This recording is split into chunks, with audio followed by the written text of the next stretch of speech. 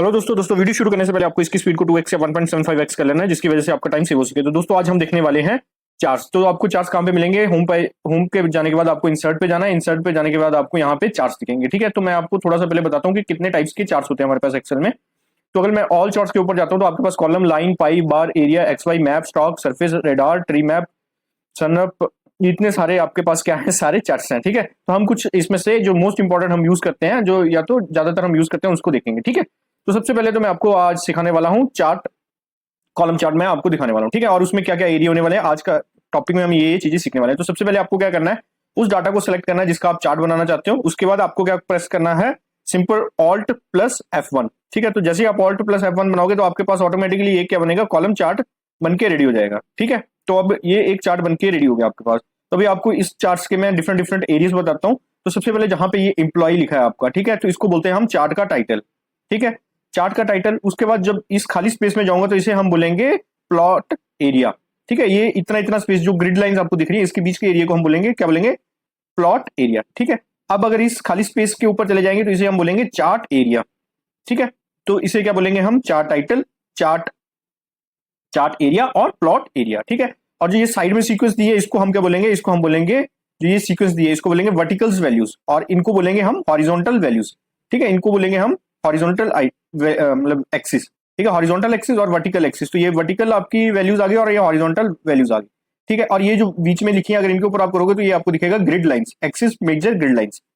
ठीक है, तो ये चीज आपको आशा करता हूँ कि ये पता लगा होगा कि आपके जो चार्ट बन रहा है उसमें क्या क्या, किसको क्या क्या बोलते हैं। ठीक है, अगर आप 2016 से लेटर वर्जन यूज कर रहे हैं तो आपके पास ये तीन ऑप्शन दिखाई दे रहे होंगे। अगर आप 2010 या उससे ओल्डर वर्जन यूज कर रहे हैं तब शायद आपको ये ऑप्शन नहीं दिखाई देंगे। ठीक है, तो अभी उसके बाद क्या है, यहाँ पे अगर आप प्लस साइन देखोगे तो आप यहाँ पे देखोगे कि एक्सिस के ऊपर टिक लगी है। अगर मैं एक्सिस को हटा देता हूँ तो आप देखोगे कि आपका हॉरिजॉन्टल और वर्टिकल एक्सिस दोनों के दोनों हाइड हो गए हैं। ठीक है, जैसे मैं टिक करता हूँ तो आपके दोनों हॉरिजॉन्टल और वर्टिकल एक्सिस आ गया। ठीक है, एक्सिस टाइटल पे अगर मैं क्लिक करता हूँ तो आप देखोगे कि यहाँ पे एक्सेल टाइटल आ गया। ठीक है, मैं बताऊंगा कि कैसे एक्सेल टाइटल आएगा, आपको पता लग जाएगा। अभी सिर्फ ये लिखा रहा है कि एक्सेल टाइटल है। ठीक है, अगर मैं इसको अनटिक करता हूँ तो एक्सेल टाइटल हट जाएगा। ठीक है, चार्ट का टाइटल जो है अभी टिक करे है, अगर मैं अनटिक करूँ तो आप देखोगे कि चार्ट का इंप्लॉय जो लिखा है वो हट गया। ठीक है, उसके बाद मैं डाटा लेवल कर देता हूँ टिक, तो आप देखोगे कि ये डाटा लेवल्स जो है ये आगे 35324। अगर मैं इसको अनटिक करता हूँ तो आप देखोगे कि ये डाटा लेवल्स जो है इनकी वैल्यू हाइड होगी। ठीक है, इसी तरह मैं डाटा टेबल्स के ऊपर करता हूं तो आपको बताएगा कि मार्केटिंग के 5 है, आईटी के 3 है, एचआर के 2 हैं और फाइनेंस के 2 हैं। अगर मैं इसको डाटा टेबल को हटा देता हूं तो ये वाला जो टेबल बनाया ये हट जाएगा आपका।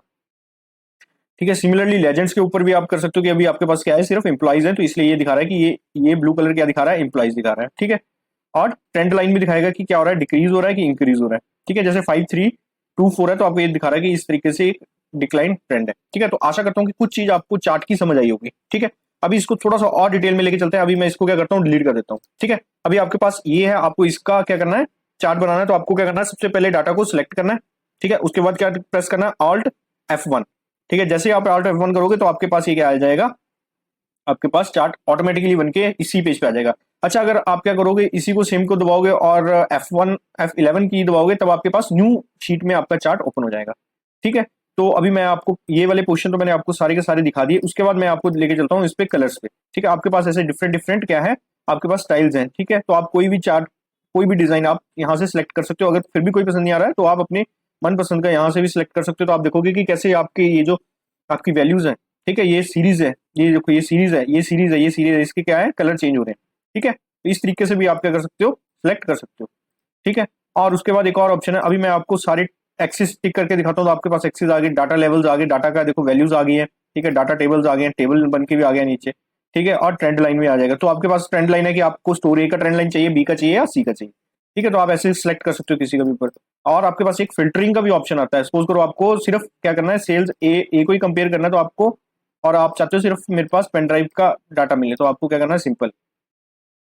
ठीक है, तो अभी क्या हुआ, सिलेक्ट नहीं हुआ, और सी का और पेन ड्राइव का, उसके बाद अप्लाई करना है तो आप देखोगे कि आपको सिर्फ और सिर्फ स्टोर सी का आपके पास पेन ड्राइव का डाटा आ गया। ठीक है, जैसे ही मैं ए करूंगा और अप्लाई करूंगा तो आप देखोगे कि आपके पास स्टोर ए का पेन ड्राइव का डाटा आ गया। ठीक है, अगर मैं ऐसे ही लैपटॉप कर दूं, पेन ड्राइव को हाइड कर दूं, तो ऐसे आप देखोगे कि आपके पास लैपटॉप का डाटा आ गया, सेल्स ए और सेल्स बी का। यहाँ पे आपको कलर दिखा रहा है कि सेल्स स्टोर ए आपका इस कलर में रिप्रेजेंट कर रहा है और ग्रीन कलर आपका इस कलर उसमें कर रहा है। ठीक है, अगर मैं मोबाइल भी साथ में अप्लाई करूँ तो भी आप देखोगे कि आपका सेल्स, और यहाँ पे बता रहा है सेल्स, और यहाँ पे ये मोबाइल का दिखाने लग पड़ा इतना इतना, और ये आपका लैपटॉप का दिखाने लगा। अब मैं पेन ड्राइव का भी कर दूं तो आप देखोगे कि जैसे अप्लाई करूँ तो यहाँ पे क्या है, आपके पास ये लैपटॉप दिखा रहा है, आपका ये मोबाइल दिखा रहा है और ये पेन ड्राइव दिखा रहा है, ठीक है। ये स्टोर ए का है, 120 स्टोर ए ने लैपटॉप बेचे हैं और स्टोर सी के हैं 150, ठीक है। तो इस तरीके से भी आपको क्या पता, फीचर्स कुछ एक्सेल के पता लगे, ठीक है।